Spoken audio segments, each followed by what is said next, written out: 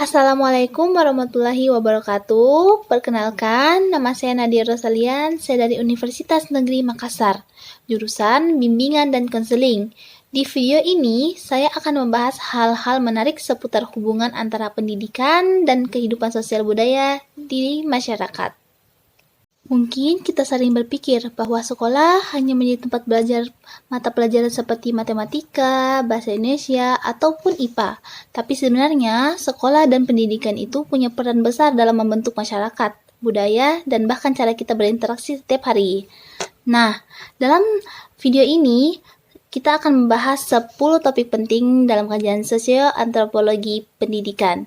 Di antaranya, yaitu pendidikan dalam masyarakat, sosialisasi dan penyesuaian diri di sekolah, pendidikan dan peratanan sosial, pendidikan dan mobilitas sosial, pendidikan dan perubahan sosial, pengertian dan ruang lingkup antropologi pendidikan, kebudayaan dan pendidikan, pendidikan dan transmisi budaya, budaya-budaya belajar, dan pendidikan multikultural. 10 topik ini akan kita bahas dengan contoh nyata dari kehidupan sehari-hari. Baik, tanpa berlama-lama, mari kita masuk ke pembahasannya. Nah, yang pertama judulnya itu pendidikan dan masyarakat. Pendidikan dan masyarakat memiliki hubungan yang sangat erat dan saling mengaruhi. Masyarakat menciptakan sistem pendidikan berdasarkan nilai-nilai yang mereka anut. Sementara, pendidikan juga membentuk karakter dan wawasan masyarakat. Pendidikan tidak hanya terbatas pada ruang kelas, tetapi juga terjadi dalam kehidupan sehari-hari, melalui interaksi sosial, budaya, dan lingkungan. Dalam masyarakat yang berkembang, pendidikan dianggap sebagai alat utama untuk meningkatkan taraf hidup, memperluas kesempatan kerja, dan mengurangi kesenjangan sosial. Masyarakat yang menghargai pendidikan akan cenderung melahirkan generasi yang lebih maju secara intelektual, emosi, dan moral. Contohnya dalam kehidupan sehari-hari, misalnya di lingkungan saya, ada komunitas orang tua yang saling membantu dalam pendidikan anak-anak mereka. Mereka membentuk kelompok belajar dan saling berbagi informasi tentang sekolah, beasiswa, dan kegiatan edukatif lainnya. Ini menunjukkan bahwa pendidikan telah menjadi bagian penting dalam kehidupan bermasyarakat dan diperjuangkan bersama. Selanjutnya kita masuk ke materi yang kedua, judulnya itu sosialisasi dan penyesuaian diri di sekolah. Sekolah adalah salah satu agen sosial utama setelah keluarga. Di sekolah, anak-anak belajar tentang nilai-nilai sosial, norma, dan peraturan. Mereka belajar bagaimana hidup bersama, menghormati orang lain, serta menghadapi konflik dan perbedaan dengan cara yang sehat. Penyesuaian diri di sekolah penting agar anak-anak dapat belajar secara maksimal dan membentuk hubungan sosial yang baik. Proses ini melibatkan pembelajaran perilaku, emosi, dan pola pikir yang sesuai dengan lingkungan sekolah. Adapun contoh dalam kehidupan sehari-hari, ketika seorang anak baru pindah sekolah, ia mungkin merasa canggung dan tidak punya teman. Namun lama-kelamaan setelah mengikuti kegiatan ekstrakurikuler dan berinteraksi dengan teman-teman sekelas, ia mulai merasa nyaman dan mampu menyesuaikan diri. Ini menunjukkan bahwa proses sosialisasi berjalan secara bertahap dan penting dalam membentuk identitas sosial.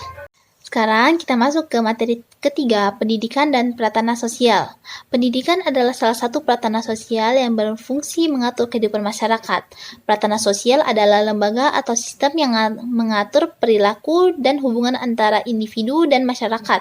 Pendidikan memiliki struktur dan peran yang jelas dalam kehidupan sosial, seperti mengatur kurikulum, wewenang guru, dan hak-hak siswa.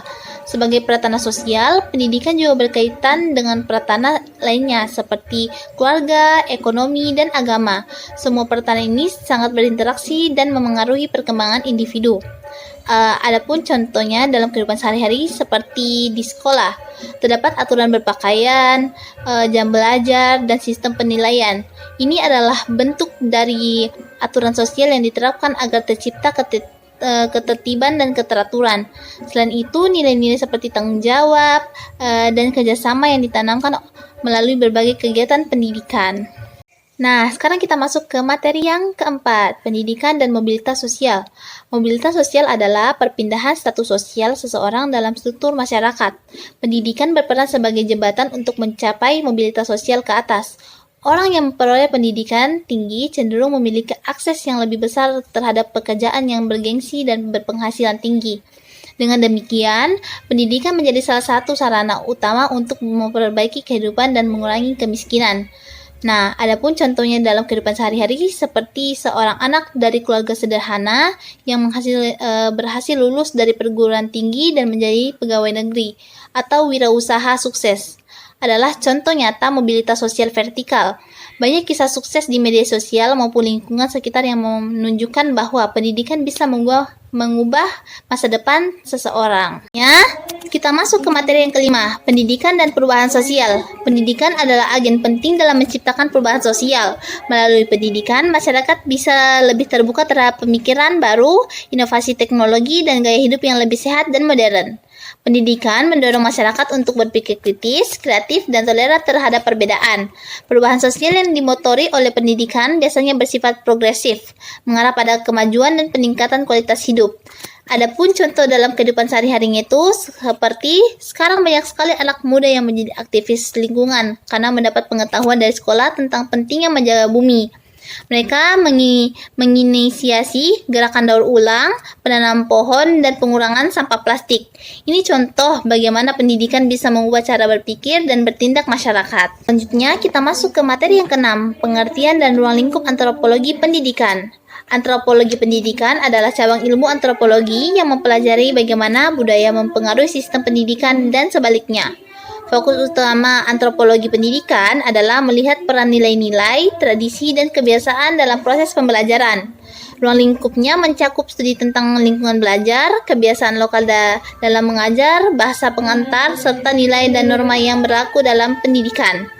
Nah, adapun contoh dalam kehidupan sehari-harinya itu seperti di daerah tertentu, anak-anak yang masih belajar di luar ruangan dengan menggunakan bahasa daerah. Antropologi pendidikan membantu kita memahami bahwa cara belajar dan mengajar bisa berbeda-beda, tergantung pada budaya masyarakat setempat. Ke materi yang ketujuh, kebudayaan dan pendidikan. Kebudayaan dan pendidikan tidak bisa dipisahkan. Pendidikan adalah saran untuk melestarikan dan mengembangkan kebudayaan. Melalui pendidikan, nilai budaya diturunkan dari satu generasi ke generasi berikutnya. Kebudayaan juga memengaruhi metode pengajaran, isi kurikulum, dan cara berpikir guru serta siswa. Adapun contoh dalam kehidupan sehari-harinya itu seperti dalam pembelajaran seni budaya, siswa diajarkan tari tradisional, lagu daerah, dan cerita rakyat. Semua ini adalah upaya pelestarian budaya lokal melalui pendidikan. Selain itu, sikap gotong royong, sopan santun, dan toleransi juga diajarkan dalam konteks budaya Indonesia. Kemudian kita lanjut ke materi ke-8, pendidikan dan transmisi budaya. Transmisi budaya adalah proses pewarisan budaya dari generasi ke generasi. Pendidikan menjadi media utama dalam proses ini, baik secara formal, informal, maupun non-formal. Tanpa transmisi budaya, nilai-nilai luhur suatu bangsa akan hilang. Oleh karena itu, pendidikan memiliki tanggung jawab untuk menjaga kesinambungan budaya. Contohnya dalam kehidupan sehari-hari itu seperti anak-anak diajarkan untuk menghormati orang tua, berbicara sopan, dan melaksanakan upacara adat. Semua itu adalah kegiatan dari pewarisan budaya yang dilakukan melalui pendidikan di rumah dan di sekolah. Nah, sekarang kita masuk ke materi 9, budaya-budaya belajar. Budaya-budaya belajar adalah kebiasaan dan sikap masyarakat terhadap proses belajar. Budaya ini dibentuk oleh lingkungan keluarga, sekolah, dan masyarakat. Budaya belajar yang baik akan mendorong siswa untuk rajin, mandiri, dan semangat dalam menuntut ilmu. Namun, tidak semua lingkungan memiliki budaya belajar yang kuat. Di beberapa tempat, anak-anak lebih sibuk membantu orang tua bekerja daripada belajar. Nah, contoh dalam kehidupan sehari-harinya itu seperti di rumah saya. Setiap malam ada waktu khusus untuk belajar bersama. Sementara itu, ada juga dari keluarga yang memberikan kebebasan penuh kepada anak untuk mengatur waktu belajarnya sendiri. Budaya belajar yang terbentuk akan sangat memengaruhi prestasi dan minat anak terhadap pendidikan. Baik, kita masuk ke materi terakhir, yaitu materi 10, pendidikan multikultural. Pendidikan multikultural adalah pendekatan pendidikan yang menghargai keberagaman budaya, bahasa, dan latar belakang siswa. Tujuan utamanya adalah menciptakan toleransi, saling pengertian, dan persatuan di tengah perbedaan. Pendidikan ini sangat penting di Indonesia yang memiliki ribuan suku, bahasa, dan adat istiadat. Dengan pendekatan multikultural, Siswa diajarkan untuk menghargai orang lain tanpa memandang perbedaan agama, budaya, atau ras. Nah, contoh dalam kehidupan sehari-harinya itu seperti di sekolah. Siswa dari berbagai latar belakang duduk bersamaan dalam satu kelas. Guru mengajar bahwa semua perbedaan itu adalah kekayaan, bukan penghalang. Ketika merayakan hari besar keagamaan, semua siswa diajak saling menghormati dan memahami maknanya. Nah, itu adalah contoh dari pendidikan multikultural. Nah, dengan memahami semua materi ini, kita dapat melihat bahwa pendidikan tidak hanya tentang teori atau hafalan, tetapi juga tentang bagaimana kita hidup, bersikap, dan berinteraksi dengan sesama dalam kehidupan sehari-hari. Dari semua materi yang telah kita pelajari, kita dapat melihat bahwa pendidikan tidak hanya terjadi di ruang kelas. Ia hadir dalam setiap aspek kehidupan, dalam keluarga, masyarakat, budaya, bahkan cara kita berinteraksi setiap hari.